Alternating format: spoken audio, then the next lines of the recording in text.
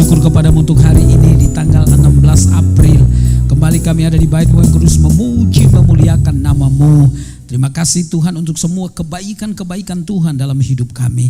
Kami siap dengar firman-Mu Tuhan, tolong kami, tolong hamba-Mu yang tidak ada apa-apanya. Segala kuasa kegelapan roh jahat dalam bentuk apapun juga yang coba mengintervensi kami. Ketika kami mau mendengarkan kebenaran firman-Mu, kami bersehati menolak melumpuhkan kuasanya dalam nama Tuhan Yesus. Dan di dalam nama Tuhan Yesus kami berdoa dan siap untuk dengar firman-Mu. Amin. Silakan duduk. Yang main musik siapa namanya? Samuel bisa maju ke depan lagi. Makasih ya Sam. Saya bisa main di G. Kaulah harapan.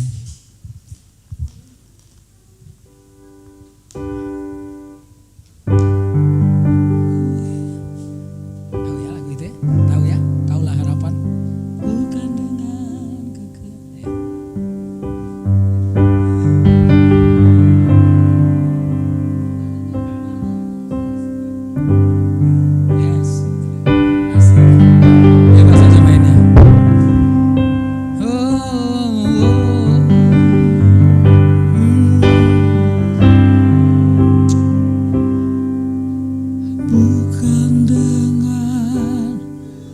Kekuatan ku dapat jalani hidupku tanpa Tuhan yang di sampingku. Ku tak mampu sendiri.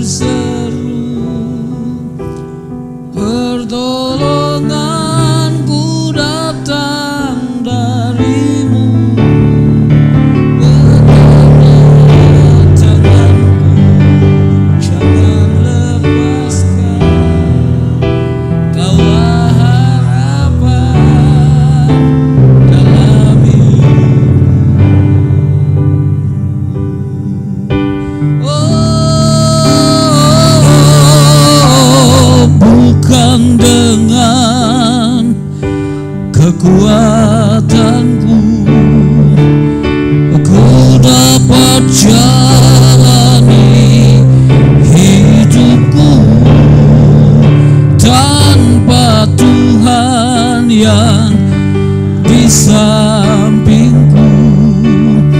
Aku tak mampu sendiri.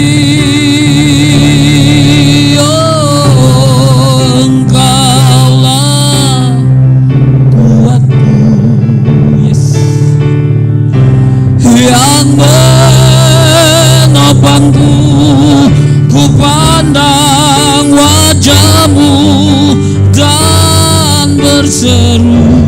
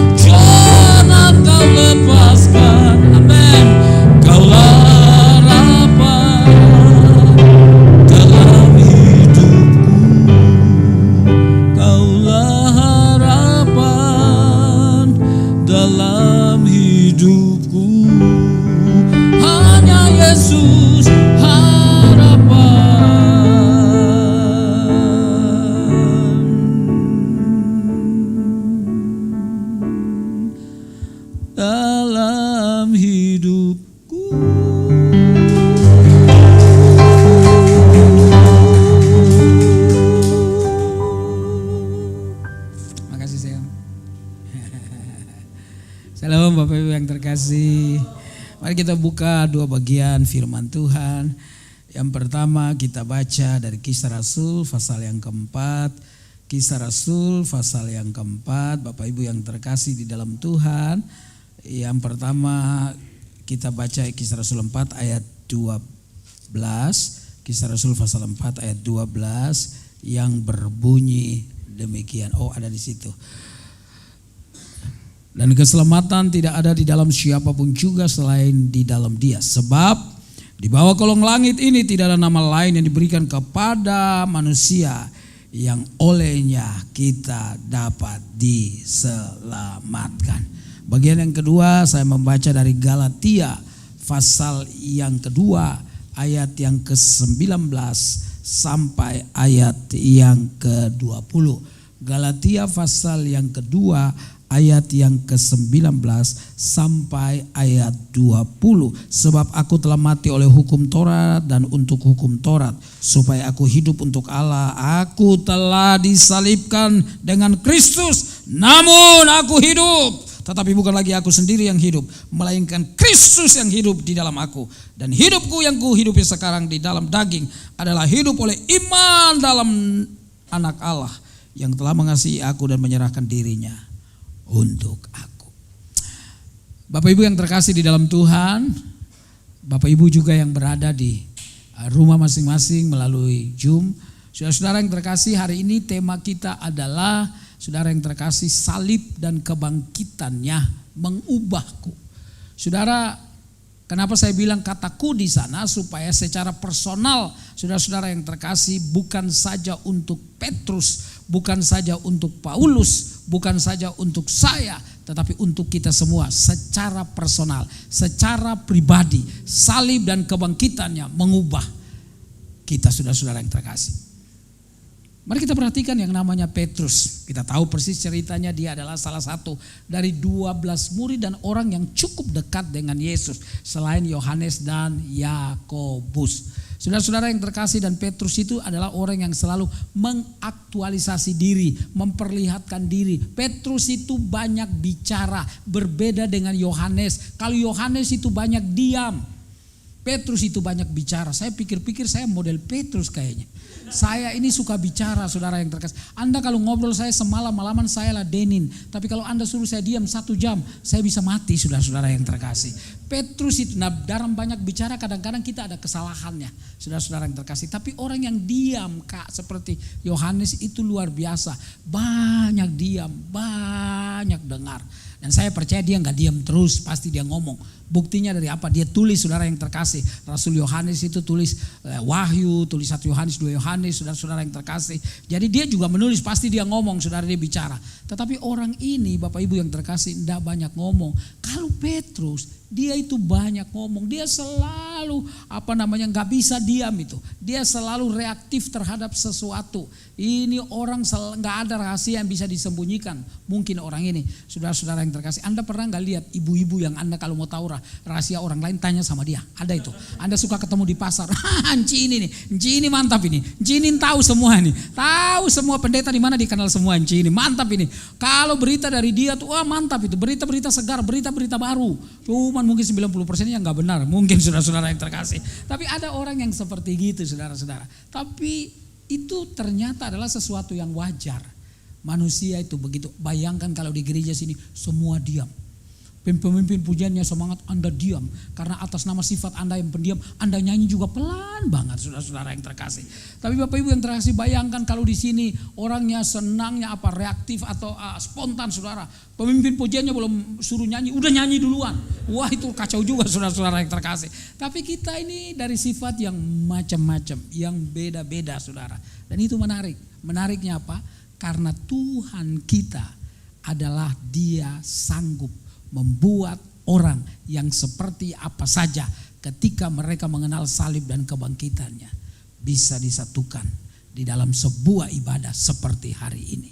Bukankah saudara-saudara yang terkasih dalam Tuhan, waktu kita beribadah kita gak pernah tanya kamu dari suku mana? Ya, kamu dari suku mana? Hobi kamu apa? Gaji kamu 1 bulan berapa? Kan kita gak nanya, saudara yang terkasih. Yang penting kita namanya manusia, ada di dalam gereja, maka kita tahu bahwa Tuhan mengasihi kita, menjaga kita, menolong kita, membimbing kita. Lalu kemudian kita ada di sebuah wadah gereja seperti ini, GBI, supaya kita diajar. Tanggal 12 saya KKR di GBI Salom dengan Gembala Bapak Yori Tasik. Lalu beliau dengar saya khotbah KKR, dia baru pertama kali dengar saya khotbah. Walaupun kita suka ketemu di Ancol, waktu itu tante kan sakit tuh sebelum meninggal. Ya, lalu suka berenang di sana dan tante sudah dipanggil Tuhan. Jadi dia memang sudah bilang, Henry nanti kamu cari jadwal ini atur waktu biar pelayanan. Dan kebetulan mereka kemarin itu dewasa mudanya hari Rabu, jadi saya KKR. Lalu ditanya minggu ini pelayanan di mana? Saya sebutkan gereja ini. Lalu dia kenal mami itu, dia kenal mami mertua ya. Dia kenal, iya, dia sebutin namanya. Ditanya gereja yang mana, kan di sini ada banyak tuh. Pak Yuyung ada di situ, Pak Filemon ada di situ, gitu banyak banget. Memang gereja paling banyak gereja itu ada di mana-mana. Nggak ada yang gedung yang kosong. Begitu kosong, GBI ada satu. Saudara yang luar biasa. Saudara-saudara yang terkasih di dalam Tuhan Yesus, dan saya ini khotbah hampir tiap minggu di GBI, hampir tiap minggu. Habis saya khotbah di sini saya mesti jalan di Dr. Yanto CK7. Saya mesti khotbah 3 kali. Minggu depan saya ke Lampung, GBI juga. Sudah GBI juga, Rayon 17 kalau nggak salah di Lampung itu. Jadi saudara, tiap minggu saya khotbah di GBI saudara. Bapak Ibu yang terkasih di dalam Tuhan, tetapi yang menarik ketemu dengan banyak orang itu, ada banyak kesaksian yang saya bisa dengar ketika ngobrol-ngobrol dengan pengerja-pengerja yang menerima saya. Saudara-saudara yang terkasih, kalau ada waktu ngobrol, banyak itu kesaksian. Pak, dulu saya nggak kenal Tuhan, Pak. Pak, dulu saya jauh dari Tuhan. Kak, mereka cerita, Pak, dulu saya ini, istri saya rajin ke gereja, mas saya emang nggak mau, buang-buang waktu menurut saya. Dan banyak cerita yang saya dengar. Itu menunjukkan bahwa salib Kristus itu mengubah saudara-saudara yang terkasih orang-orang. Nah, Petrus 3,5 tahun dengan teman-temannya bersama dengan Yesus. Bapak Ibu yang terkasih di dalam Tuhan, Yesus itu sabar banget mengajar mereka. Ini kan bukan orang-orang yang terpelajar. Ini bukan orang-orang jaktim yang saudara-saudara yang terkasih hebat-hebat. Karena saudara yang terkasih katanya orang Jaksel itu mantap. Sekarang anak-anak Jaktim juga bikin katanya podcast begitu untuk mengangkat orang Jakarta Timur. Jadi saudara sudah terangkat sekarang ini saudara yang terkasih. Tapi Bapak Ibu yang saya kasihi di dalam Tuhan Yesus, Petrus itu atau beberapa murid lain mengesalkan sebenarnya hati Yesus itu. Ini kok pengen nonjol masing-masing ya. Bahkan ibunya Yakobus dan Yohanes itu bilang sama Yesus, kalau kamu memerintah jangan lupa anak saya satu di kanan dari ke tempat tempat duduk kamu, yang satu di sebelah kiri. Artinya saudara-saudara, karena mereka ini masih saudara sebenarnya. Artinya saudara-saudara yang terkasih dalam Tuhan, nepotisme itu dari dulu sudah ada. Sudah ada itu nepotisme saudara yang terkasih. Saya suka khotbah di Kejaksaan Agung. Wah, itu kalau salaman orang Batak 90%. Ada orang Batak di sini? Ada, enggak ada. Ada orang Batak di mana-mana ada 90%. Napi itu puluh, Simanjuntak, Karahap, kaget sudah. Jawa paling 1 orang, Manado 1, Ambon 1. Dalam hati saya pikir-pikir, apa negara ini punya orang Batak, saudara-saudara yang terkasih. Tapi orang Batak itu saling menolong, itu salah satu yang baik gitu. Saudara mereka bilang, kau udah mana? Udah selesai kuliahmu, nanti kau praktek sini dan seterusnya. Artinya saudara-saudara yang terkasih, enggak apa-apa untuk menolong orang jadi baik ya. Orang jadi orang Tionghoa juga sangat penting, yang namanya keluarga itu penting banget. Penting banget, saling ngumpul itu saudara-saudara yang terkasih penting banget. Sehingga saudara yang saya kasihi di dalam Tuhan Yesus, ketika murid-murid itu berada dengan Yesus itu saudara, mereka betul orang-orang yang sederhana. Pemungut cukai, para nelayan. 3,5 tahun itu mungkin kalau kuliah sekarang ya D3. Tapi jangan main-main dengan apa yang Yesus lakukan terhadap mereka. Ngajar mereka, habis itu besoknya praktek. Ngajar lagi, besoknya praktek. Mengajar lagi, besoknya praktek. Jadi kuliah padat saudara-saudara yang terkasih. Kuliah apa ngajar, kuliah sambil kerja, kuliah kerja. Learning by doing saudara yang terkasih. Mereka lihat apa yang Yesus lakukan. Jadi ini SKS-nya bisa S3. Jangan main-main loh. Hebat-hebat, apalagi dekat Tuhan. Iya kan? Anda dan saya aja gak dekat Tuhan aja, kita klaim nama Tuhan lalu kita bilang kita orang hebat, begitu kan? Apalagi ini mereka di seputar Tuhan saudara. Mereka tahu Tuhan itu tidur jam berapa, istirahat jam berapa, saudara-saudara ngomongnya seperti apa. Mereka ngerti banget kebiasaan Yesus, saudara-saudara yang terkasih dalam Tuhan. Nah, Bapak Ibu yang terkasih di dalam Tuhan Yesus, tetapi Yesus melakukan hal-hal yang baik, hal-hal yang menolong orang untuk saudara-saudara yang terkasih, orang-orang itu bisa ditolong. yang dalam kelemahan tubuh disembuhkan, saudara-saudara yang terkasih, orang tuli mendengar, buta melihat, saudara-saudara timpang berjalan, bisu berbicara, saudara-saudara yang terkasih, Tuhan selalu mengajarkan atau memberikan mereka bukan saja pelajaran tetapi juga praktek hidupnya.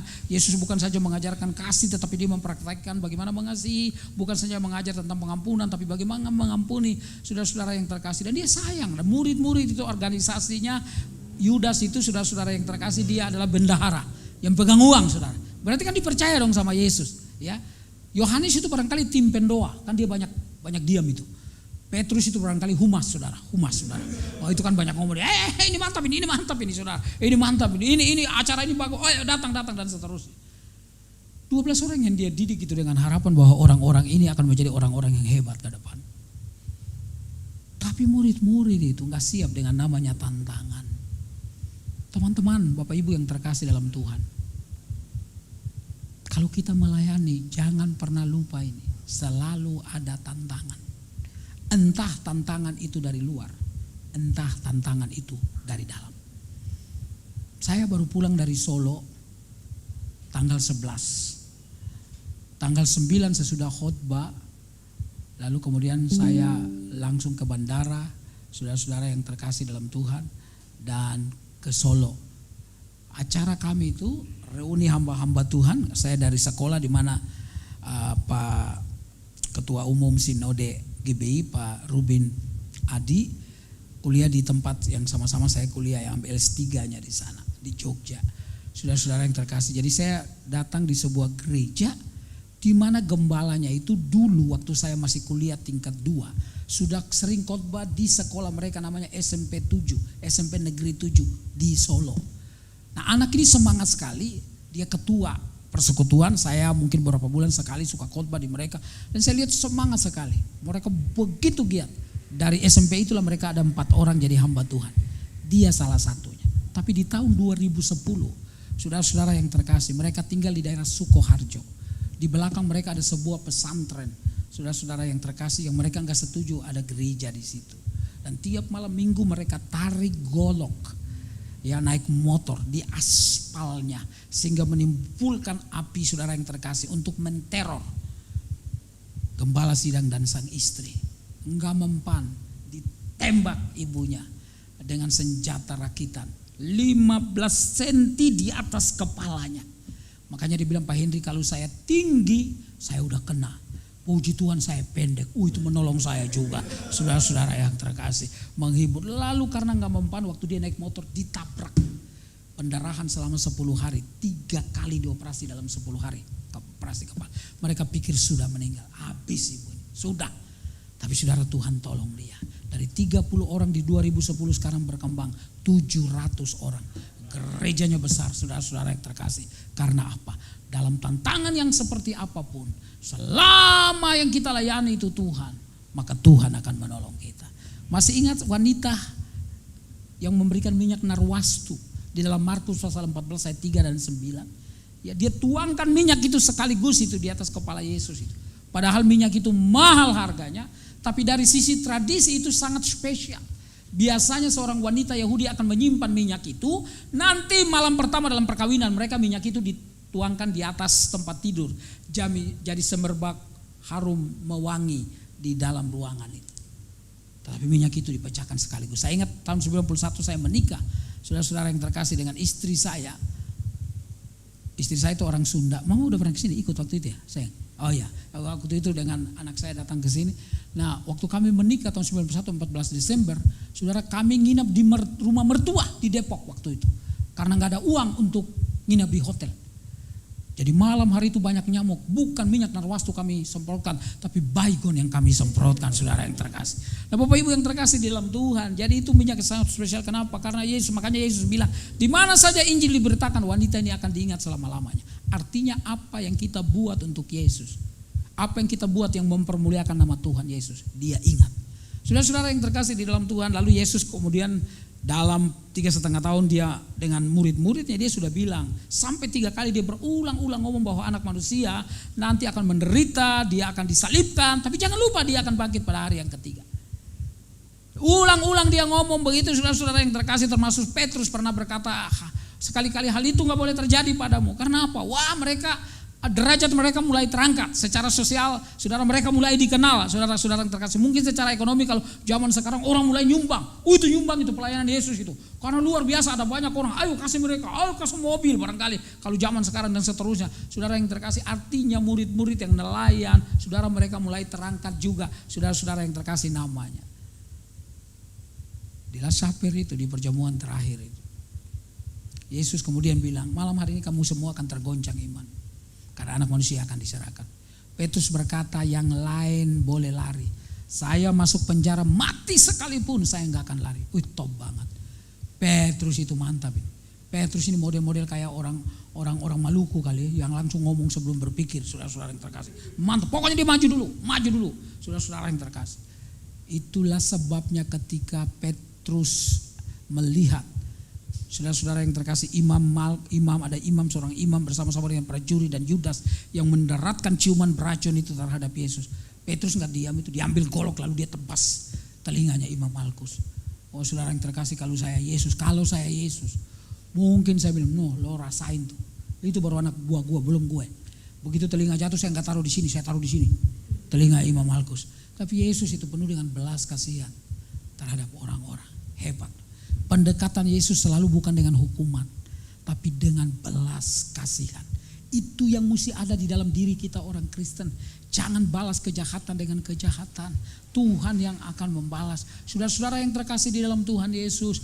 Jadi Bapak Ibu yang saya kasih dalam Tuhan, ketika Yesus kemudian ditangkap, Bapak Ibu yang terkasih dalam Tuhan, akhirnya Yesus disidang.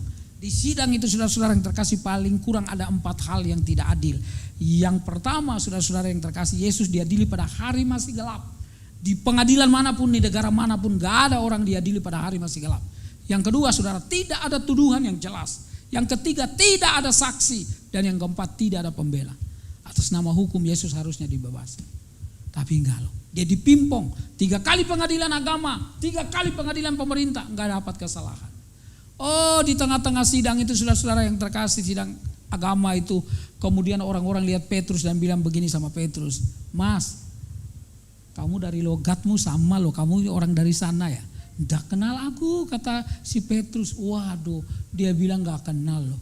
Dia bilang gak kenal loh. Saudara bayangkan, Petrus itu dekat sama Yesus lalu bilang gak kenal. Kira-kira bagaimana kalau Anda suami istri dalam satu pertemuan alumni antara kira-kira saudara sebagai suami, alumnimu lalu istri, alumni sekolah melalui istri ikut. Terus orang tanya, ini siapa? Enggak, ini saudara saya. Oh, pulang dicubit itu sama istrimu. Oh, kamu gak ngaku? Aku istrimu. Kamu gak ngaku ya? Kamu gak ngaku ya? Saudara-saudara yang terkasih di dalam Tuhan Yesus. Jadi yang namanya Petrus itu nyangkal loh. Nyangkal, dia bilang saya gak kenal. Saya gak kenal, sampai dia sumpah gak kenal yang namanya Yesus.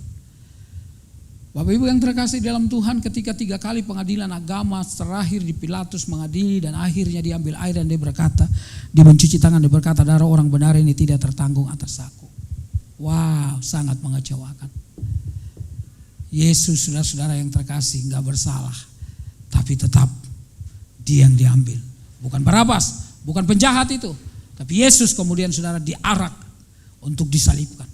Dalam arak-arakan itu saudara-saudara yang terkasih, Yesus berjalan, dipukul saudara-saudara yang terkasih dalam Tuhan, dicemeti, ditendang, diludahi, semua kata-kata makian yang pernah Anda dengar dalam dunia ini. Hari itu ditimpakan kepada Yesus. Saudara-saudara yang terkasih, karena semalam-malaman Yesus tidak tidur, ditambah dengan darah bekas. Saudara-saudara yang terkasih, mengalir karena bekas cambuk yang begitu ditarik, membuat luka menganga di sana sini dari sekucur tubuhnya, sehingga saudara Yesus lemas, dia jatuh terjerembab. Saudara-saudara yang terkasih, karena darah habis.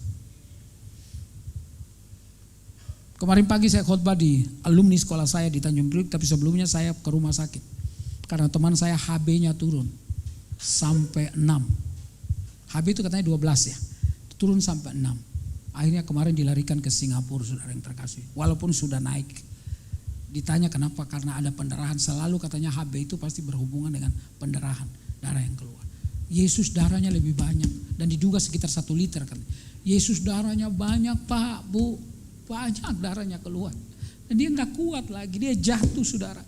Itulah sebabnya Simon Kirene yang harusnya merayakan Paskah di Yerusalem dipaksa untuk memikul salib. Apakah Yesus sudah bebas? Belum. Masih diarak, masih dipuk cemeti, dicabuk, ditendang, dimaki, ditempelin, diludahi, saudara-saudara yang terkasih.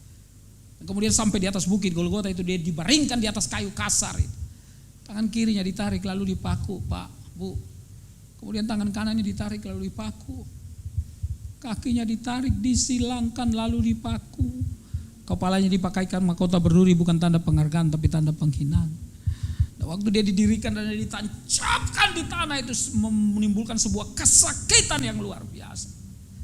Karena paku itu menahan daging, saudara-saudara yang terkasih. Lambungnya kemudian ditombak. Dan dengar baik-baik ibu bapak, setiap kali dia bernafas, darah keluar dari tangan, kaki, lambung dan kepalanya. Adakah seorang bapak di dunia ini yang punya kuasa tapi membiarkan anaknya bernafaskan darah? Tidak ada. Tapi mengapa bapak kita di surga membiarkan anaknya bernafaskan darah? Karena dia sangat mengasihi saudara dan saya. Karena itu di atas kayu saliblah semua bentuk dosa kita diselesaikan oleh dia. Di atas kayu salib itulah semua bentuk penyakit dalam nama Yesus disembuhkan oleh dia.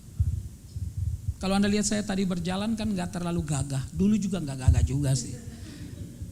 Saya kena stroke, saudara-saudara yang terkasih, stroke ringan. Saya masuk RSPD 17 hari. Dokter Sulis adalah asisten dari dokter Tarawan yang men-DSA saya. Berkata, Pak Pendeta, mujizat terjadi untuk diri Bapak. Sebab sakit seperti saya biasanya orang koma yang pertama. Yang kedua mulut bengkok dan lidah pelo. Tapi itu tidak terjadi. Waktu saya hidroterapi di seorang dokter di daerah Kemang, terapi air saudara yang terkasih untuk latih jalan. Dokter Maria, saya masih ingat namanya. Waktu dia lihat rekam medis saya, dia bilang, Pak buka maskernya.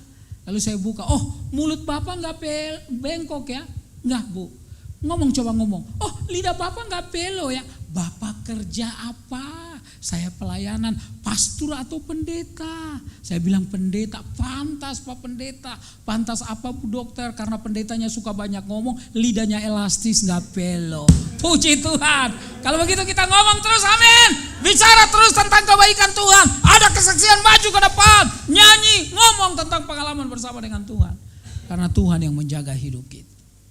Dan saudara yang terkasih di dalam Tuhan Yesus, waktu Yesus di atas kayu salib itu, paling tidak ada beberapa hal yang mau didapat. Yang pertama saudara yang terkasih adalah tontonan publik. Saudara, itu adalah pertemuan beberapa jalan. Dan orang lihat Yesus, oh dia sudah di atas, oh sudah disalibkan. Salibkannya bersama dengan siapa? Orang jahat. Apa Yesus buat kejahatan? Tidak sama sekali. Yesus tidak sama sekali, saudara. Bahkan penjahat itu mengaku. Ketika seorang penjahat lain berkata, kalau engkau anak Allah selamatkan dirimu dan selamatkan kami juga.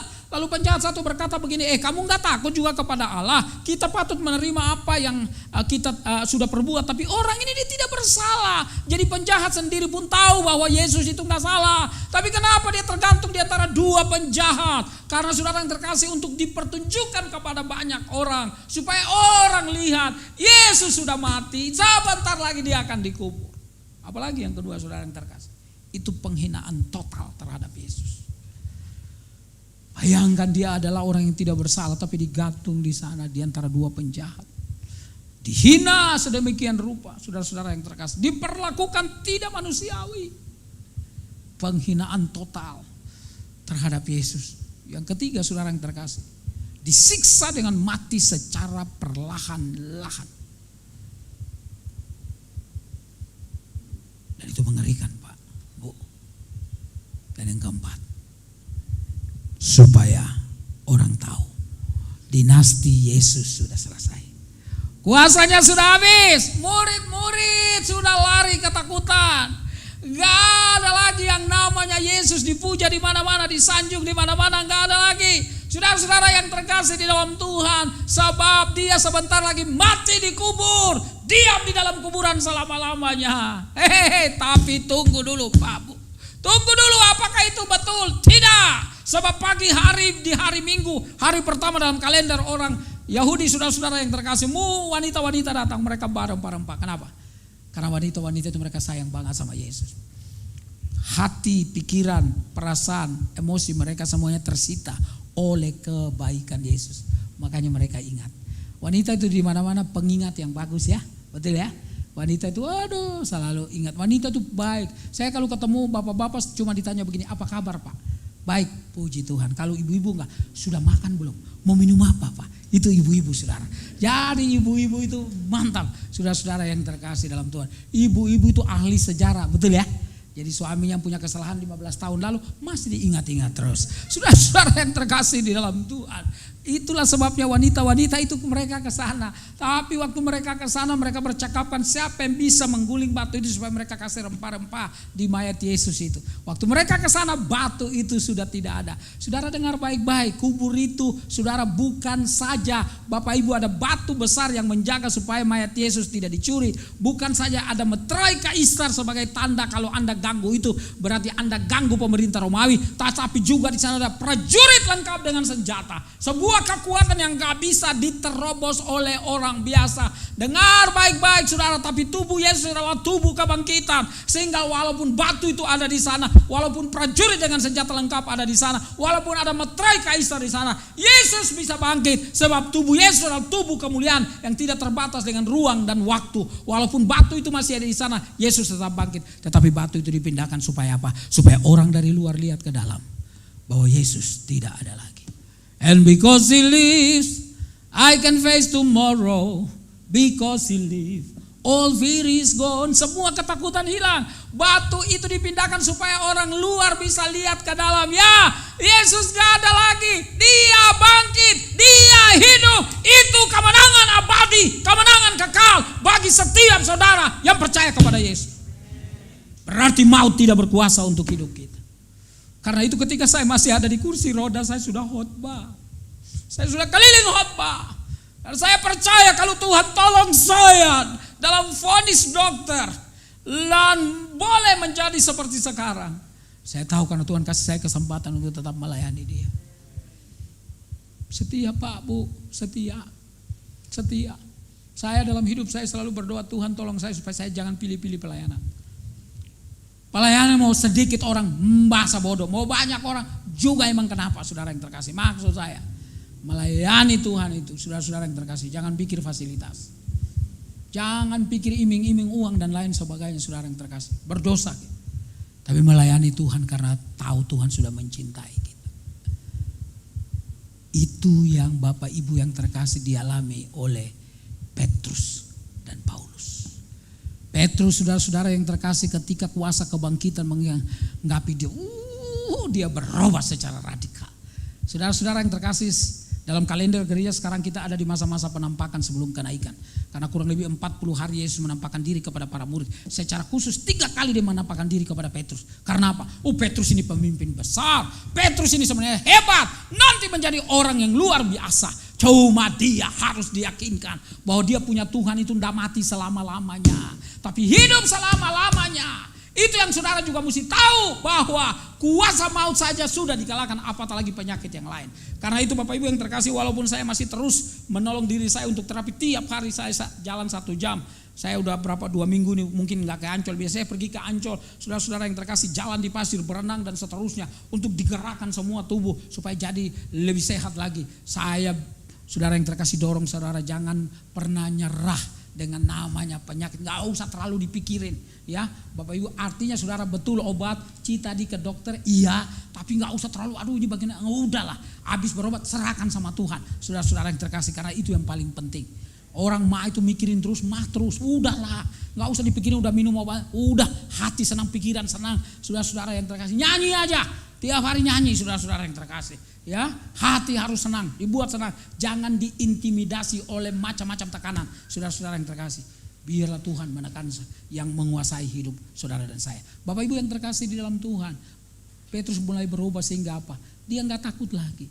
Dulu orang ancam dia takut, sekarang diancam pun dia gak takut. Waktu dia diancam dalam Kisah Rasul pasal 4, dia berkata, waktu mereka bilang jangan lagi ngomong tentang nama Yesus itu. Tapi Petrus berkata, silakan kamu pilih, taat kepada Allah atau taat kepada manusia. Sebab bagi kami tidak mungkin kami tidak berkata-kata tentang apa yang kami lihat dan apa yang kami dengar. Saudara-saudara yang terkasih, Petrus begitu menjadi berani. Makanya kemudian dia tadi ngomong itu, di bawah kolong langit ini. Luar biasa, ini nelayan loh. Pernyataannya luar biasa, di bawah kolong langit ini. Tidak ada nama lain yang diberikan yang kepadanya manusia diselamatkan. Kecuali di dalam nama Yesus. Artinya Petrus punya keyakinan, saudara-saudara yang terkasih. Salib dan kuasa kebangkitannya membuat dia menang. Tetapi juga Paulus seorang penganiaya, Bapak Ibu yang terkasih dalam Tuhan. Dia menganiaya orang percaya, dia menyeret orang percaya. Tapi dalam sebuah penglihatan, Yesus kemudian berkata, Saulus, Saulus, mengapa engkau menganiaya aku? Dan Saulus menjadi orang yang berubah. Hampir sebagian besar perjanjian baru ditulis oleh yang namanya Rasul Paulus. Memang karena latar belakang dia orang pintar, saudara-saudara yang terkasih dalam Tuhan. Karena itu dia bilang begini, bagiku hidup adalah Kristus dan mati adalah keuntungan. Kalau Paulus, kalau Petrus yang begitu keras kepala bisa diubah oleh Tuhan, Anda dan saya bisa diubah oleh Tuhan. Tidak ada hal yang tidak mungkin. Karena itu periksa diri kita masing-masing pada pagi hari ini. Lihat diri kita masing-masing. Kalau ada hal-hal yang salah, bilang sama Tuhan, Tuhan tolong saya supaya kuasa salib dan kebangkitanmu mengubah hal-hal yang salah menjadi hal-hal yang baik dalam hidup saya. Tuhan tolong saya supaya saya melihat pengorbanan Tuhan sebagai kemenangan di atas kayu salib. Dan kebangkitanmu membuktikan bahwa tidak ada kuasa apapun yang bisa menahan kuasa Tuhan. Jangan biarkan saya hidup dalam ketakutan. Sebab kalau Tuhan bersama dengan saya, maka tidak ada yang tidak mungkin. Maju terus Bapak Ibu yang terkasih. Setia terus kepada Tuhan. Sebab salib dan kuasa kebangkitan yang membuktikan bahwa dia penguasa segala sesuatu. Bahkan maut pun sudah dikalahkan oleh Yesus. Mari tunduk kepala kita berdoa. Bapa dalam surga, Tuhan Yesus yang sangat amat baik bagi kami. Kami bersyukur kepadamu hari ini kami belajar tentang Petrus dan Paulus yang diubahkan oleh Tuhan. Ketika salib yang menunjukkan penderitaan Tuhan, tetapi juga sekaligus menyelesaikan persoalan kami di sana. Dia tidak tinggal di salib, dia tidak tinggal di kuburan, tapi dia bangkit, dia hidup karena dia berkuasa atas segala sesuatu, termasuk alam maut. Itu kami berdoa Tuhan, kalau kami sedang bergumul dengan sesuatu yang buruk, yang tidak baik, dalam nama Yesus ubah kami Tuhan, ubah kami. Kalau Tuhan sudah ubah Petrus, Tuhan ubah Paulus, Tuhan ubah banyak hamba-hamba Tuhan yang kami kenal, maka Tuhan juga bisa mengubah diri kami menjadi lebih baik lagi. Dan Tuhan tolong supaya hidup kami menjadi kesaksian bahwa salib Kristus dan kuasa kebangkitannya membuat kami bergairah untuk setia mengikuti Engkau. Terima kasih Bapak. Ini doa kami, ini penyerahan hidup kami. Kami serahkan diri kami masing-masing ke dalam tangan-Mu. Tuhan memberkati juga gereja ini Tuhan. Dalam nama Yesus, supaya orang-orang yang masuk ke tempat ini, datang ke tempat ini, merasakan kasih Tuhan, merasakan kebaikan Tuhan. Dan boleh menjadi saksi baik bagi orang-orang yang mereka kenal untuk ada di gereja ini. Ini doa kami Bapa. Dalam nama Yesus kami berdoa.